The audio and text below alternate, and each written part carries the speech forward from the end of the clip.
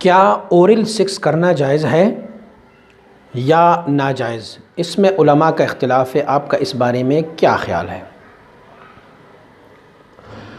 اللہ رب العزت نے فرمایا نساؤکم حرث لکم فأتوا حرثکم انا شئتم۔ اللہ کریم نے فرمایا آپ کی عورتیں آپ کی کھیتی ہیں، آپ اپنی کھیتی میں آئیں جس طرف سے بھی آپ چاہیں۔ کھیت آپ کی ایک ہو، اس کی ہر طرف سے جب آئیں گے تو اسی کھیت میں آئیں گے۔ اسی لیے سیکس کے لیے اپنی بیوی کے ساتھ ایک ہی چیز کو وضع کی گئی ہے کہ جو فطرتی سیکس ہے اپنی بیوی کے ساتھ اسے صرف ایک ہی چیز ہے، اور اس مخصوص اندام کے ساتھ مخصوص اندام ہی کو ملانے کو سیکس کہا جاتا، جسے ہم اور آپ اپنی اصطلاحات میں جماع یا ہم بستری کے نام سے پکارتے ہیں۔ سب سے پہلے تو یہ بات جان لینا چاہیے کہ علماء کا اس میں کیا اختلاف ہے۔ کسی عالم کا اس میں کوئی اختلاف نہیں ہو سکتا۔ اللہ رب العزت نے مرد کو اور عورت دونوں کو جب نکاح شرعی محمدی پر وہ وابستہ ہو جاتے ہیں تو اللہ رب العزت نے دونوں کو ایک دوسرے کے لیے لباس فرمایا، ہن لباس لکم وانتم لباس لہن، وہ آپ کے لیے لباس ہے اور آپ ان کے لیے لباس ہو۔ لیکن ہر چیز کے لیے شریعت مطہرہ نے ایک حدود وضع کی ہوئی ہے۔ آپ مجھے بتائیں کہ کھانا معدے تک پہنچانے کا نام ہے، ٹھیک ہے؟ فطرتی طور پر ہم کھانا یوں کھاتے ہیں کہ ہم نے چبانا ہوتا ہے اور چبانے کے بعد وہ ہم نگل لیتے ہیں اور نگلنے کے بعد ہمارے معدے میں چلے جاتے ہیں، لیکن ایک اور طریقے سے بھی اس کو معدے تک پہنچایا جا سکتا ہے۔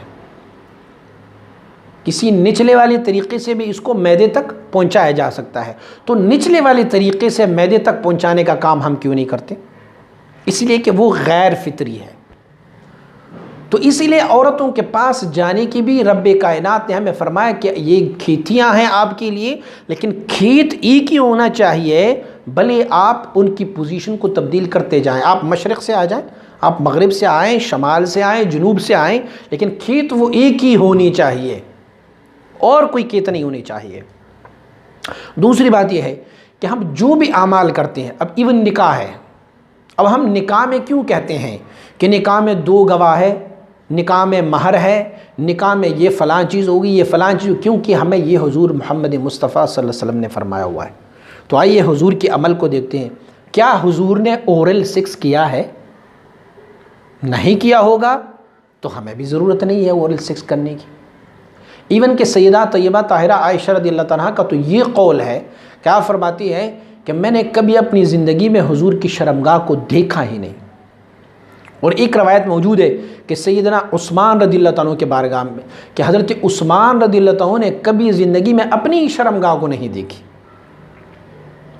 اور حضور سید عالم صلی اللہ علیہ وسلم نے ہمیں غسل کے جو طریقے بتائے ہیں نا، تو کیا غسل ننگا ہو کے نہیں کیا جا سکتا؟ لیکن ہمیں غسل کا ایک موضوع اور ایک طریقہ بتایا، اور طریقہ یہ ہے کہ حضور فرماتے ہیں جب آپ غسل کرتے ہیں تو تہبند باندھ کے غسل کرو، کیونکہ یہ زیادہ ستر والا ہوتا ہے۔ اگر آپ غیر فطری طریقے سے ڈسچارج ہونے کی کوشش کریں گے تو یہ منہ جو ہے یا زبان ہمارے یا ہمارے ہونٹ جو ہوتے ہیں یہ کوئی خاص مخصوص چیزوں کے لیے ہوتے ہیں، نہ کہ سیکس کے ذریعے اس میں سے ڈسچارج ہونے کا نام ہوگا۔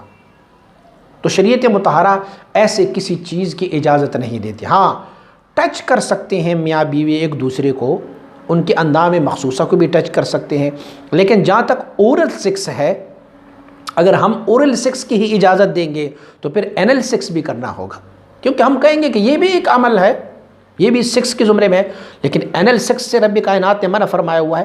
دیکھیں اللہ رب العزت نے عورتوں کے ساتھ ہم بستری کرنے سے حالت حیض میں منع فرمایا ہوا ہے۔ وہی بیوی ہوتی ہے آپ کی، لیکن جب حالت حیض ہو جاتی ہے کوئی اس میں سے ایک ایسا مانع چیز موجود ہو جاتا ہے تو پھر اللہ رب العزت نے اسی اپنی کھیتی کے پاس جانے سے بھی منع فرمایا ہوا ہے۔ تو اسی لیے اورل سیکس کی شریعت میں اجازت نہیں ہے کہ اس سے فحشا پھیلنے کا خطرہ ہو جاتا ہے، فحش پھیلنے کا خطرہ ہو جاتا ہے۔ رب کائنات نے ہمیں جو آزادی بھی دی ہوئی ہے کہ نساؤکم حرث لکم، یہ آپ کی کھیتیاں ہیں، اپنی کھیتیوں میں جیسے آپ چاہیں آئیں، اس سے مراد اور مقصد یہ نہیں ہے کہ میں اپنی کھیتی کو اجاڑ لوں، میں اپنی کھیتی کو آباد رکھتا ہوں، فطرتی کام یہ ہے۔ تو میری کیتی میری بیوی ہے اور ان کے ایک خاص اعضاء ہے، میری بھی خاص اعضاء ہے، جن کے دونوں کے ملانے کے لیے ہم اسے فطری طریقہ استعمال کرتے ہیں۔ اور جو علماء بقول آپ کی کہ اورل سیکس کے بھی موافق ہیں، تو وہ لوگ ہوں گے جو فحش کو پلانے میں اپنا کردار ادا کرتے ہیں۔ اسی لیے شریعت نے ہمیں یہ بھی حکم دیا ہوا ہے کہ آپ رات کو جب اپنی بیوی سے ہم بستر ہوتے ہیں تو کل کو صبح اپنے دوستوں کے ساتھ نہ آپ کی بیوی اپنی دوستوں اور وہ اپنی سہیلیوں میں بیٹھ کے رات کی اس فعل کا تذکرہ نہیں کریں گے۔ اسی لیے نہیں کریں گے کہ لوگوں کے اٹریکشن اگر سہیلیوں میں کریں گے تو سہیلیوں کے اٹریکشن ان کے شوہر کی طرف ہوگا، اور اگر شوہر اپنی دوستوں کے ساتھ اپنی رات کے واقعے کا تذکرہ کریں گے تو ان کے دوست جو ہے وہ ان کی بیوی کی طرف مائل ہوں گے۔ تو اللہ رب العزت ہے ایک صاف اور ستھرا، حضور نے اس سے بھی منع فرمایا ہوا ہے کہ آپ جانوروں کی طرح سیکس مت کر لیا کرو اپنی بیوی سے، جانوروں کی طرح۔ جانور کیسے سیکس کرتے ہیں؟ وہ یہ نہیں دیکھتے، وہ ننگے دڑنگے ہوتے ہیں، ویسے سیکس کرتے ہیں۔ حضور نے ہمیں سیکس کرنے کے بھی طریقے بتائیں۔ اگر کسی کے پاس یہ ثبوت ہے کہ حضور نے یا صحابہ نے یا تابعین نے یا تبع تابعین نے یا مشائخ نے یا فقہا نے ان میں سے کسی نے اورل سیکس کے بارے میں کہا ہو کہ یہ جائز ہے، اورل سیکس کر سکتے ہیں، تو پھر بتا دے، پھر آپ بھی کر لیں اورل سیکس۔ لیکن حضور نے ہمیں ستر، پردے، حیا، عزت ان سب کے بارے میں فرمائے، لہٰذا اس میں سے کوئی ڈاؤٹ نہیں ہو سکتا۔ تو اورل سیکس ناجائز ہے، یہ نہیں کرنا چاہیے۔ سلسلہ لیے سیفیہ کی نعتیں، منقبتیں و بیانات و دیگر معلومات سے آگاہ رہنے کے لیے ہمارے YouTube چینل کو سبسکرائب کریں اور اس ویڈیو کو لائک کریں اور کمنٹ ضرور کریں۔